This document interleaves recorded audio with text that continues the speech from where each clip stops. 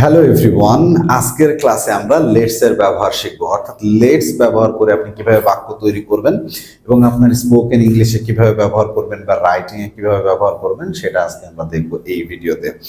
যদিও আমরা ধারাবাহিক ক্লাস দিয়ে আসছি, আপনি যদি শুরু থেকে ক্লাসগুলোতে রেগুলার দেখেন এবং প্র্যাকটিস করেন ছোট ছোট করে, তাহলে খুব ভালো মতো ইমপ্রুভ করতে পারবেন এবং আপনার স্পিকিং এর ফ্লুয়েন্সি চলে আসবে।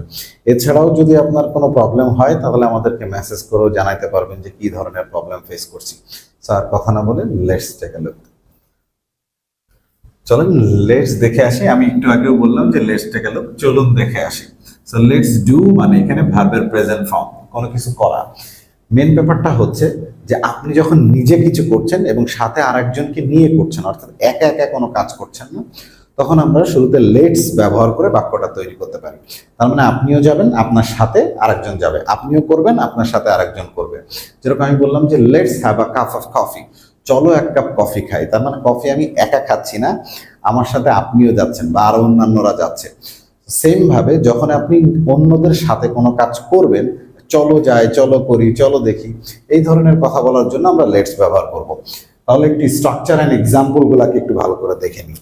ফার্স্ট, আমরা যখন পজিটিভ সেন্টেন্স করছি তখন আমরা শুরুতে লেটস বসাচ্ছি, ভার্বের বেস ফর্ম অর্থাৎ প্রেজেন্ট ফর্ম অ্যান্ড অবজেক্ট বসাবো, রাইট? সেম ভাবে যখন আপনি নেগেটিভ করবেন তখন লেটস করবেন, এর সাথে একটা নট বসাবেন, ভার্বের বেস ফর্ম অ্যান্ড অবজেক্ট। খুবই সিম্পল অ্যাসপেক্ট স্ট্রাকচার। তার মানে খুব ইজিলি আপনি এটাকে প্র্যাকটিস করে করে আপনার স্পিকিং এর ফ্লুয়েন্সি নিয়ে আসতে পারেন এই প্যাটার্নে। সো দেখে আসি এক্সাম্পল গুলা। প্রথম এক্সাম্পল দেখেন, লেটস গো, খুবই সহজ, চলো যাই। লেটস সাথে শুধু ভার্ব লাগাই দিয়েছি, চলো যাই। যদি আমরা একটু নেগেটিভ দেখি, লেটস নট গো, চলো না যাই। তার মানে আমরা বলছি না যাই, আজকে থেকে যাই, লেটস নট গো, আজকে থেকে যাই, ব্যাপারটা এরকম। পরেরটা দেখেন, লেটস প্লে, চলো খেলি। লেটস প্লে, চলো খেলি, মানে কাউকে আমরা বলছি চলো সবাই একসাথে খেলি। সেম ভাবে যদি আমরা না করি তাহলে লেটস নট প্লে, চলো না খেলি। তার মানে খেলার মুড নাই, চলো আজকে থেকে যাই। তো আমি বললাম যে লেটস নট প্লে, চলো আজকে না খেলি, আজকে থাকি, ব্যাপারটা এরকম। পরেরটা দেখেন, লেটস ইট সামথিং, চলো কিছু খাই। সামথিং মানে কিছু, লেটস ইট, ইট খাওয়া, লেটস ইট সামথিং, চলো কিছু খাই, চলো কিছু খাই। সেম ভাবে নেগেটিভ করলেন, লেটস নট আর্গিউ, চলো বিতর্ক না করি। এটাকেও যদি আপনি নেগেটিভ করতে চান তাহলে আপনি বলতে পারেন লেটস নট ইট সামথিং, চলো কিছু না খাই। ব্যাপারটা এরকম, মানে মতামত দিচ্ছেন। আমরা একটু ভ্যারাইটি নিয়ে আসার জন্য ডিফারেন্ট ডিফারেন্ট সেন্টেন্স দিয়েছি যেন আপনার বুঝতে সুবিধা হয় এবং প্র্যাকটিস করতে সুবিধা হয়। সো লেটস নট আর্গিউ, চলো বিতর্ক না করি। আর্গিউ মানে বিতর্ক করা, লেটস নট আর্গিউ, চলো বিতর্ক না করি।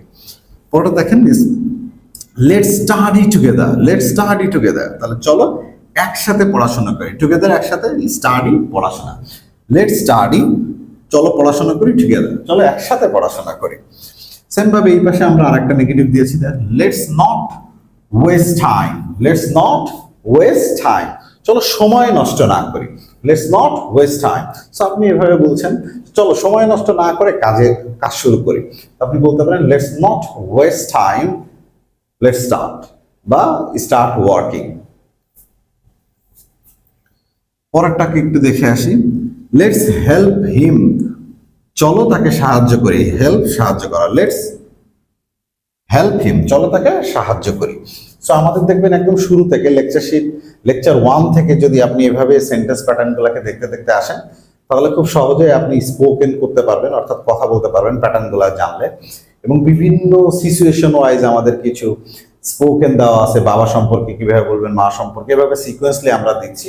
তো আপনি একদম শুরু থেকে ক্লাসগুলো দেখতে দেখতে আসেন, তাহলে দেখবেন যে বাসায় বসে বসেই আপনি স্পিকিং প্র্যাকটিস করতে পারছেন এবং আপনার স্পিকিং রাইটিং ইমপ্রুভ হচ্ছে বেসিক লেভেলে। সো আর যদি ভিডিও ভালো লেগে থাকে তাহলে ডেফিনেটলি শেয়ার করে দিতে হবে। পরেরটাকে আমরা দেখি, let's not disturb her, let's not disturb her, তাহলে লেটস নট বসাইছি, ডিস্টার্ব মানে বিরক্ত করা, হার, চলো তাকে বিরক্ত না করি, চলো তাকে বিরক্ত না করি। পরের দেখেন, লেটস হ্যাভ ফান, হ্যাভ মানে গেট মানে কোনো কিছু করার, ডু এর পরিবর্তে মাঝে মাঝে আমরা হ্যাভ ব্যবহার করতে পারি, রাইট? লেটস হ্যাভ ফান, চলো মজা করি, লেটস হ্যাভ ফান, চলো মজা করি। সেম ভাবে এখানে আরেকটা নেগেটিভ দেওয়া আছে, let's not be late, let's not be late. তাহলে চলো আমরা দেরি না করি। এখানে আমরা এক্সপ্রেশনের জন্য, বাংলা এক্সপ্রেশনের জন্য আমরা চলে আসছে, রাইট? সাধারণত এখানে আমরা দিইনি, লেটস উই নট এরকম করে হয় না। তার মানে লেটস নট আমরা যখন সবাই একসাথে করি না, সেই জন্য সবাইকে একসাথে এই জিনিসটাকে ইন্সপায়ার করা। Let's stay at home, let's stay at home, তাহলে আসুন ঘরে বসে থাকি। তার মানে ঘরে আমরা স্টে করি, লেটস স্টে ঘরে থাকি, লেটস স্টে অ্যাট হোম।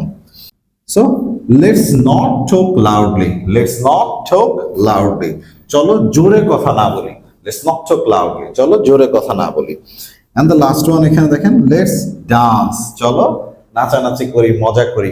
তো আপনি এইভাবে শুধু লেটস লাগায় ভার্বের প্রেজেন্ট ফর্ম দিয়ে যে কোনো কথা বলতে পারবেন।